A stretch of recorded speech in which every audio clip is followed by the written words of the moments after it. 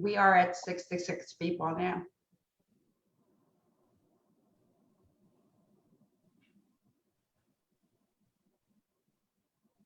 All right, should we let everyone in? Let's do it. Okay. Good luck. Good luck.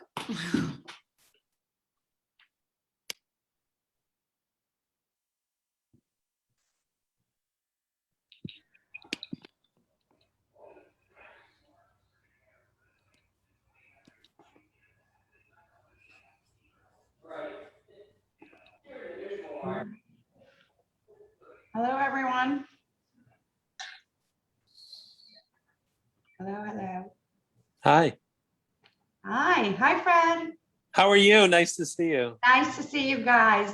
It's wonderful to see so many kids on the screen. It's awesome. We're gonna get going in literally 1 minute, but there's so many people entering the waiting room like every second that I'm gonna give it just another minute, okay? Okay. I will. Guys, we're gonna ask everybody to mute themselves though, just because we have right now 88 people on. So we're just gonna have to make sure everybody stays quiet up until we will ask you to turn it back on.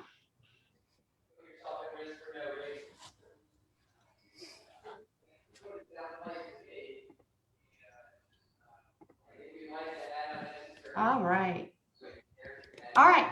So good evening and welcome everyone. I'm Esther Kutash and I'm the Executive Director of the Philadelphia Holocaust Remembrance Foundation. Thank you all for joining us tonight for a candlelighting commemoration of Yom HaShoah, Holocaust Remembrance Day. I'm truly touched to see so many adults and children participating tonight, ready to light candles in honor of those 6 million Jews who perished in the Holocaust. While I wish we could have this event in person, we are grateful to our partner, Danny Shaw, who you will be hearing from in just a few minutes. Danny was the one who introduced us to the Yellow Candle Project, and it made it possible for us to at least do a virtual ceremony together. This is our second virtual Yom HaShoah, where we have come together as little squares on a Zoom screen to remember and reflect together. Normally, we would be at the Memorial Plaza with hundreds of people present and dozens of Holocaust survivors gathering to commemorate together. But the virtual format at least affords us something really special. It allows us to connect with people, not just in the Philadelphia region, but much beyond. And I wanted to let you guys know that we have in our audience many people from Idaho, California, Florida, and Arizona, and the list just goes on. So welcome to you all. We at the Philadelphia Holocaust Remembrance Foundation believe that teaching and remembering the lessons of the Holocaust is more important today than ever before. As we see drastic rise of anti-Semitic and racist incidents in our nation today, we are reminded every day why our mission is so important. We believe that teaching this history can show students, teachers, and the general public why it's so important to confront bigotry in all of its forms.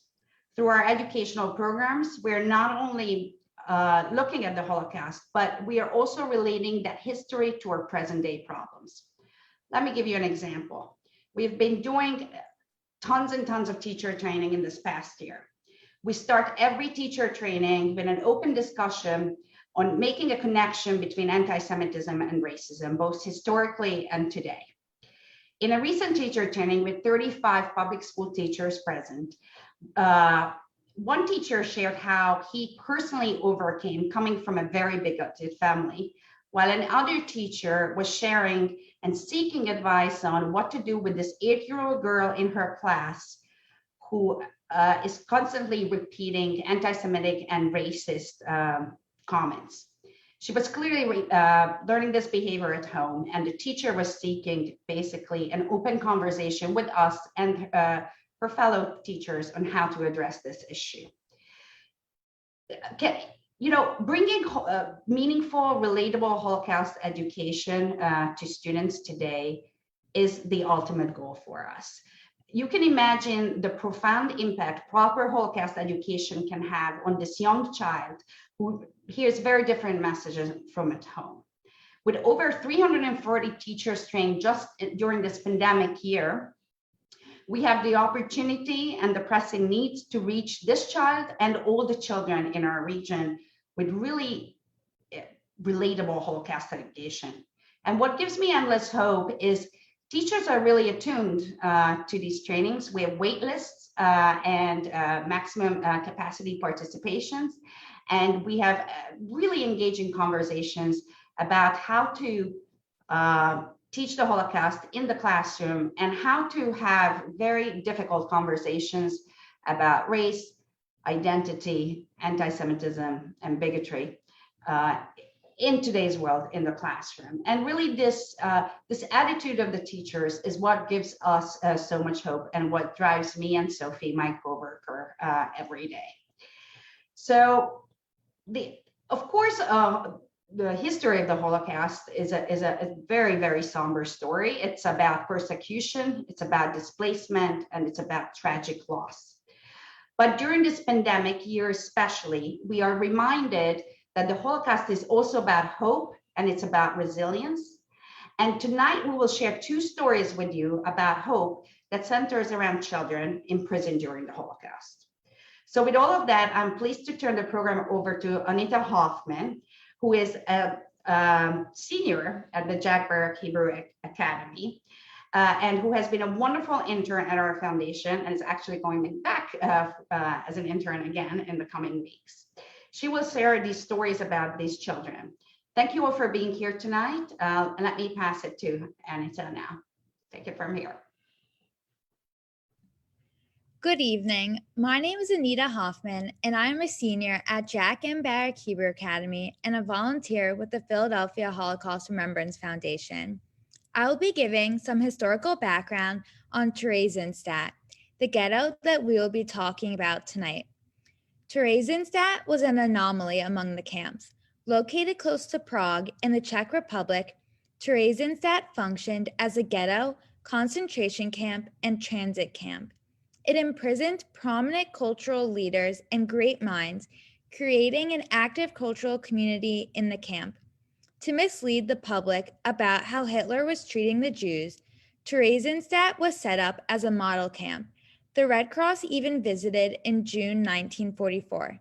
In preparation for the visit, the Nazis disguised the conditions in the ghetto to portray an atmosphere of normalcy. The SS forced prisoners to plant gardens, paint housing complexes, renovate barracks, and host performances and other cultural events highlighting the talents of those imprisoned. In reality, it was a means of concealing the Reich's actual intentions. The fate of the Jews incarcerated in this concentration camp is well documented. Of the 144,000 Jews imprisoned there, 88,000 were shipped to Auschwitz, where they were murdered, and 33,000 died in other concentration camps. Of the 15,000 children incarcerated in Theresienstadt, fewer than 100 survived. Though children faced this horrible fate, during their time in Theresienstadt, they were receiving education and taught to draw on their anguish and their hope. Children wrote poetry, essays, and even produced a newspaper. Tonight, we share two of these stories of resilience, the story of the Theresienstadt tree and the story of the Vedem boys. In 1943, a teacher imprisoned in Theresienstadt, Irma Lauscher, enlisted the help of a guard to bring her a silver maple tree seedling that she and her students planted in the children's quarters on Tu B'Shvat, the Jewish holiday celebrating trees and nature's renewal. Lauscher taught the children imprisoned in the camp a lesson of great importance, that even those who have little can do much. Lauscher and the children watered the tree, giving up their very limited ration, and the tree thrived. Irma Lauscher survived the Holocaust and shared this story. Though a flood later destroyed this Etz Chaim, or tree of life, cuttings had been taken to preserve the tree and were planted across the globe. One of these saplings was planted at our Holocaust Memorial Plaza in Philadelphia to symbolize life and hope for future generations. The second story, that of the Vedem boys, began in 1942 in home number 1, one of many dorms at Theresienstadt. Home number 1 housed around 50 12 to 15-year-old boys. The boys of this dorm had a teacher, Walter Eisinger, who introduced the boys to a book called The Republic of Schkeid. One of the boys suggested they establish their own republic to self-govern in the dorm, since 40 teenage boys in such a small space was chaos. So the boys did just that. They wrote an anthem, created a banner and shield, and named themselves the Second Republic of Schkeid. They created rules for themselves to make living together better, and one boy, Peter Jins, created a magazine for the group. He was half Jewish and so was allowed to receive packages from his non-Jewish mother still living freely in Prague. He convinced the other boys to contribute to the magazine, which they named Vedem, Czech for in the lead. Using nicknames to sign their work, the boys wrote poems, essays, jokes, dialogues, literary reviews, stories, and even included drawings. They also used the magazine to expose problems in the dorm and to document the horror of their jobs in the camp, like carrying the dead to the crematorium. It also served as a way to advise how to stay safe in the camp by sharing knowledge learned from interviewing adults. The very act of documenting their thoughts and experiences and then sharing them aloud every Friday night was considered treason, but it gave hope, meaning, and structure to the boys of Dorm 1. By 1944, almost all of the hundreds of boys who had gone through Home 1 and worked on Vedem magazine from 1942 to 1944 had been sent to Auschwitz and killed, including Peter Jins. Only 15 or so of the original boys survived the war. Zdenek Tausig was one of those survivors. In 1944, Tausig buried approximately 800 pages of Vedem magazine to save them, and when he was liberated from Terezin on May 2nd, 1945, he dug them up and took them with him. This amazing story has become inspiration for our play and music that the Commonwealth Youthchoirs performs.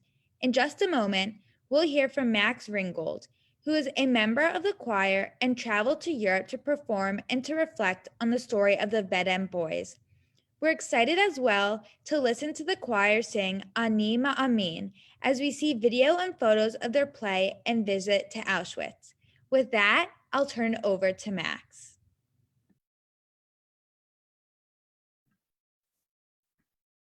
Hello, my name is Max Ringgold, and I'm a member of Keystone State Boychoir, which is a part of Commonwealth Youthchoirs. My bar mitzvah is this weekend, and when I realized that it was in sync with Yom HaShoah, I thought this was really special because my choir has been on a long journey with a group of boys my age who were imprisoned in Terezin during World War II. They became known as the Vedem boys because where they lived in a dorm together. In addition to forming their own sort of government and rules, they even had an anthem. They wrote a magazine called Vedem, which means in the lead in Czech. Every Friday night, they read it aloud to another in secret. They literally risked their lives to write and share more than 800 pages of poems, stories, art, and reports about Terezin activities. Unfortunately, most of the Vedem boys from Dorm 1 ended up in Auschwitz eventually, anyhow. When I was on tour with Keystone State Boychoir in Poland and Lithuania in the summer of 2019, we stopped in Auschwitz in Birkenau, where so many of the Vedem boys from Dorm 1 were sent to die. And we just stood there and sang to remember their stories, their lives. Boys the same age as me and my friends. And we sang because that's what choirs do. But just for ourselves, connecting to the moment and to one another. We sang the anthem of Vedem boys. We sang Hezekiah Walker's I Need You to Survive. And we sang Ani Ma'amin, which is a song that the Keystone State Boychoir has performed for many years. It is a song that is often used to remember those lost in the Holocaust, because it was often sung on trains to death camps and ways into the gas chamber. The group of boys in my choir who started the journey with the Venom Boys and actually got to go to Terezin, most of them are in college now, traveled to Germany and Czech Republic on tour in 2017. While eating dinner at a local rec center, one night in Prague, someone stood up and started singing the ooze from Ani Maamin. A man overheard the choir and started talking to the group about the song. On a train to Jablinka, another Nazi death camp, a rabbi started singing. The song spread throughout the entire train until everyone was singing. The rabbi who composed it told the people around him that if just one person would survive and save the song, it would be like they would all be living too, because they would be remembered. 2 boys volunteered to jump off to save the song. Only one survived the fall. The man who overheard my choir in the rec center and told the story is the grandson of the man who chose to jump off that train. So my choir is part of the story now too. And when we are singing the anthem of Venom Boys, or we are singing Ani Maamin, we remember. And now we will all remember. This is now your story too.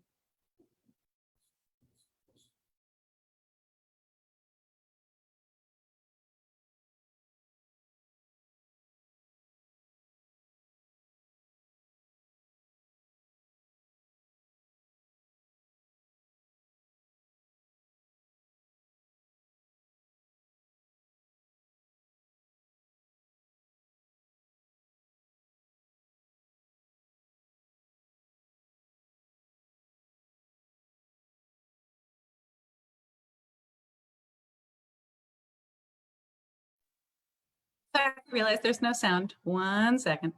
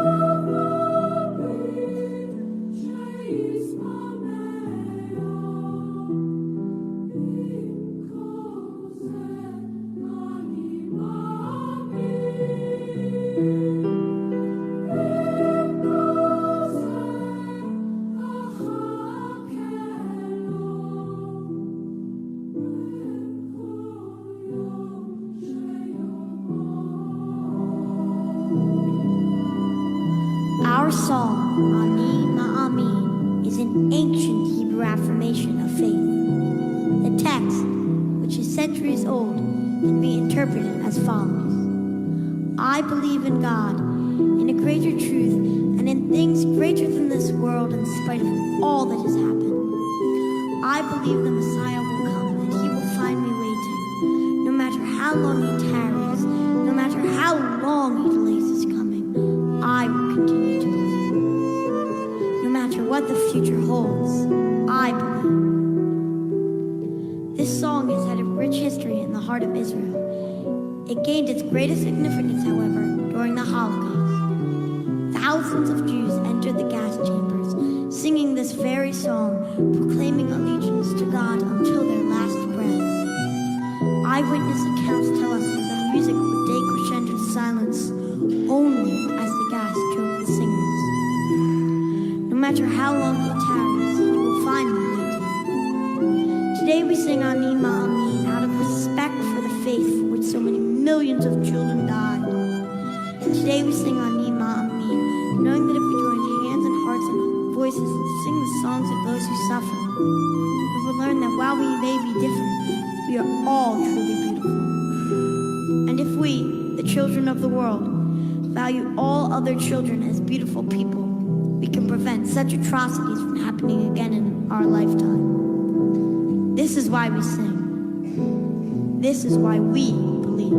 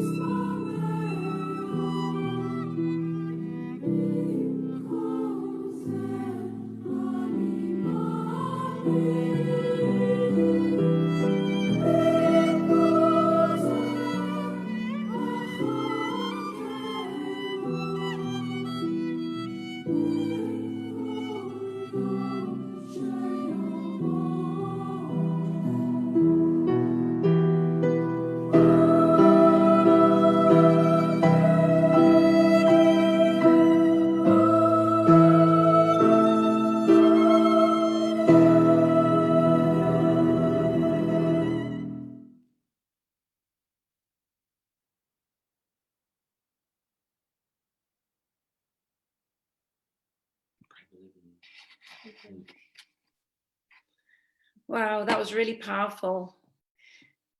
Can everyone hear me?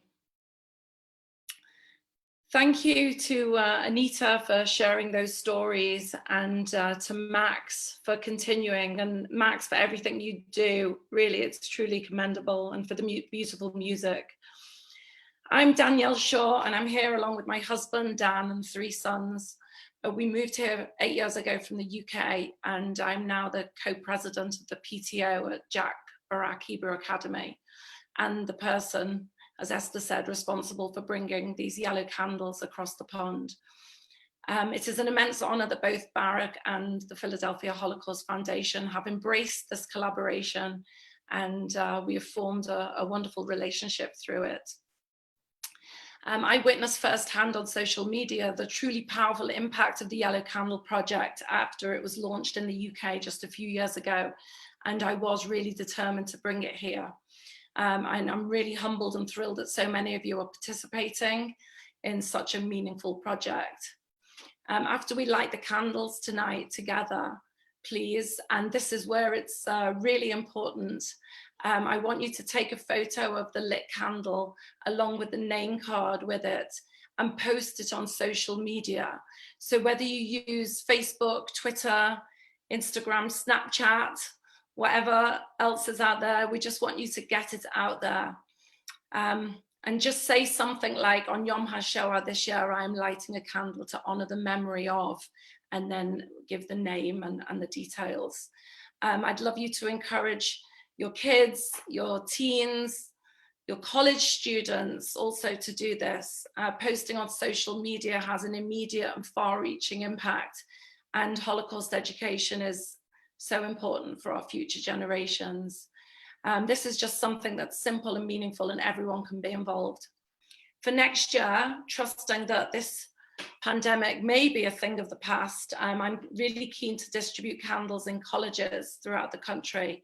So I'd love you to get in touch if you would like to help make that happen. If you have any contacts, that would be great. So I just want to say thank you all, and I'm now going to introduce our very own Rabbi Will Keller, who's head of Jewish life at Barrack Hebrew Academy, who will tell us a story and lead us into lighting our candles. Rav Will. Thank you, Danny, for this project, for bringing us all together. Such a lovely moment of gathering. Thank you to Esther and to Sophie and to Anita for tremendous leadership of creating this space for us all to be able to share and commemorate. And thank you to Max and Jill for making such a beautiful memorial and musical experience for us. And thank you to everyone for coming and marking the space together. Last year, as we gathered, as Danny said, the reality of the pandemic was just setting in for so many of us. As we moved from this idea of a 2-week shutdown to the reality of what has become, many of us were scared and struggling. And Yom HaShoah was this strange moment, at least for me last year, that was this blend, this pain and comfort kind of twisted up together. It was painful, as it is always painful, to reflect and sit for a moment with the atrocities that human beings committed against one another not too far ago. It was painful to remember and to discover the lives of those who were murdered. With each new yellow candle that we open, we uncover a life that was needlessly cut short, and we get a glimpse of a story that will forever remain untold. Strangely enough, though, I was also comforted on Yom HaShoah last year.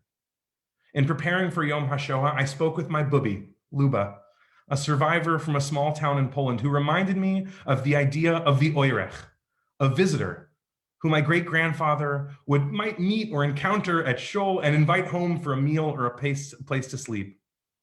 Last year, we were all oirechim, being invited into each other's homes to share in this experience, commemorating the lives lost in the Holocaust and communally pledging to never again allow such senseless murder to take place.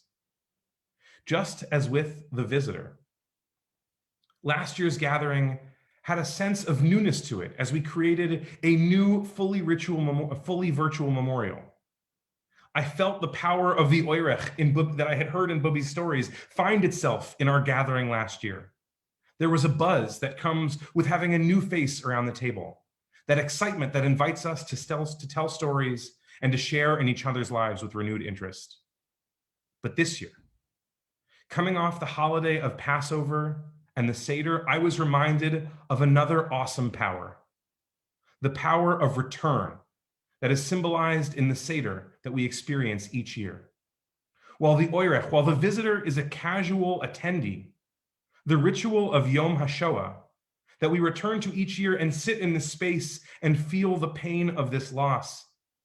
And it is with that regularity that despite our circumstances, despite the uncertainty in our own lives, we found a way to gather and to build community, and that comforted me.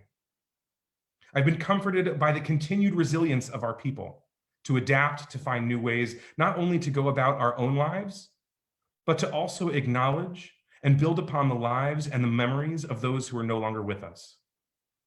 Even though the Shoah, even though the Holocaust creates gaps in our own family trees and in our communal lives, Yom HaShoah allows those souls to move from Oirech, to move from visitor, and to become bound up into our own lives and into our own experiences. To me, that's what the Yellow Candle Project does. That's what makes it so powerful. With each box that we open, we uncover another painful story boiled down to a name, a location, and dates, but we also make those stories our own. We are exploring a piece of our past in order to bring those lessons to the future for ourselves and for others who might be vulnerable or in need of saving. I now want to invite everyone to open their yellow candle box. Inside, you'll find the name of someone who experienced the Shoah, and I invite you to light your candle in their honor. In a moment, once folks have had the time to open their boxes, I'll ask everyone to come off mute, and everyone will share the name of the person on their card. That is now here. And then we'll light our candles together. And after we light, I'll recite the Malei Rachamim prayer and read it in translation as we pray for the souls of those who are lost. Everyone can take themselves off mute to say the name of the person that they're lighting for.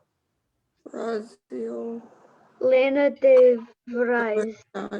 Gloria Aramovich. Fago Tyler Bob. Semyon Shumka. Vanya Lita Peaker. Asher Isaac. Alegra Arema. Devorah Lieber. Sarcha DeVries. Israel Ishak. Sonia Kutkova. Azer Krzyzek, Poland. Raven Rocha Vladimirsky. Marilka Swiatkowska. Sam Zeiter of Hay. I'm lighting my candles in honor of Solomon DiMaggio. In memory of Yelena Jasinger of Pest, Hungary. In memory of Andras Aranye.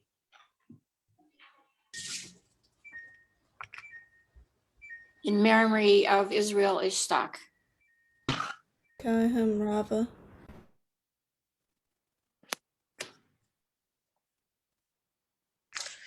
Memory of Earl Isaac. Hannah Jablonska. In memory of Ninya Silverstein, Lodge. I'll now read the Malei Rachamim prayer in English and in Hebrew. El Malei Rachamim Shochein Vamromim Hamse Menucha Nechona Al Kanfei Hashchina B'malot Kedoshim U'Taharim Kezohar Akira Mazirim Et Nishmotam Shehalach Le'olamo Ba'avur Shnidavo Bistaka Beit Hazkarata Nishmatam, Began Eden Tie Menuchatam, Lachem Balarachamim, Yastirehu Beseter Knafav Leolamim, Vitzur Bitzur Chaim, Et Nishmatam, Adonai Hu Hanachlotam, Vayenucham Yishkeva B'Shalom, Venomar Amen. Amen. Amen.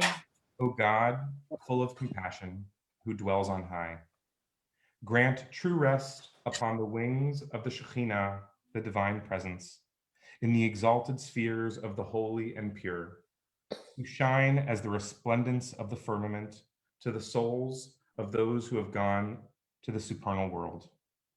For we donate and are active in their memory, and may they find their resting place, God. Therefore, may the All-Merciful shelter them with the cover of his wings forever, and bind their souls in the bond of life. The Lord is their heritage. May they rest in their resting place in peace. And let us say, Amen. Amen. Amen. Amen. that I'll give it over to Sophie with just one reminder that folks should post a picture of their lit candle at #YellowCandle. Rabbi Will, thank you everyone so much for being here. That was really powerful, just to see everybody lighting their candles and hearing all the names said at once. My name is Sophie Don. I'm the other half of the Philadelphia Holocaust Remembrance Foundation. Thank you all for being here, taking time in your evening, and a very special thanks to Anita and Max for sharing your stories and for speaking. There are so many histories to share and reasons why we lit these candles tonight, reasons why we decided to be on the Zoom call together. My family history and my reason for lighting this candle is my Bubby and Zadie. They experienced so many horrors, both of them going through multiple camps, including Auschwitz, and they met in a displaced persons camp after being liberated from Stutthof and Auschwitz, respectively. I used to go to the Memorial Plaza with my Bubby for Yom HaShoah, and so it is so incredibly heartening to see so many of you lighting candles here virtually since we can't be together in person. It's so important and meaningful to me, both as part of this foundation and also as the granddaughter of survivors. My Bubby is actually on this Zoom call at 92 years old to light a candle. And it's just incredible to me that we can have her here over Zoom. And I know that so many of you on this call have stories yourselves. Maybe it's your parents or grandparents or even some great-grandparents here. And I hope that some of them were able to be on this call too. But thank you all for your dedication to telling these stories and to making sure we never forget and that we can continue to build more inclusive, tolerant, and caring communities. So before I end this meeting, I just want to share one other commemoration coming up for our foundation. On May 10th at 4 p.m. at the Plaza, which is 16th and the Ben Franklin Parkway for those who have not been there. We're going to be commemorating the first Nazi book burning in 1933 by having a book giveaway and reading. So community leaders, council members, journalists, and students are going to be reading excerpts from books that were deemed un-German and unfit by the Nazis, whether due to content or the identity of the author. We want to reflect on the Nazi state's extreme censorship of thought and creativity. And just like today, looking at so many of these images from the art that children made in Theresienstadt, we want to be celebrating creativity and celebrating freedom of thought and expression by reading and giving away texts that highlight not only the history of the Holocaust, but also tolerance and supportive communities more broadly. So we hope that our friends who are local will be able to join us. And with all of that said, one last time, I just want to thank you all for being here tonight. Please have good evenings. And as your candles burn down, let's think about those we've lost and the work that we need to do in their honor. So everybody, please have a good night. Thank you for coming. Thank you. Thank you so much. This was so beautiful. Thank you. Thank you. Can I just say one more thing that I forgot to say? Speaking, just when you do post on social media, try and use the hashtag yellow candle and yellow candle Philly, particularly if you're in Philly, or if you're in another city, you can use that city name as well. But yeah, make sure you use that handle. Thank you so much. Thank you, Sophie. Thank you, everyone. And a Thank special thank you you. to all the kids who have joined this event. This is not easy content. It's not easy to be doing this over Zoom. We really appreciate all of you being here, and we want to see you more. And we hope that the Plaza and its upcoming programming will be able to welcome all of you back again. A lot of people are here on the call from the Friends Select School community. Welcome to, thank you for being here. A lot of your students will be reading at this commemoration. Wonderful, on May 10th at wonderful. Plaza. So we look Wonderful. forward to seeing you. Thanks to all of our supporters and partners in crime. Take care. Have a good night. Thank you so much. Good night. Bye. Thank you.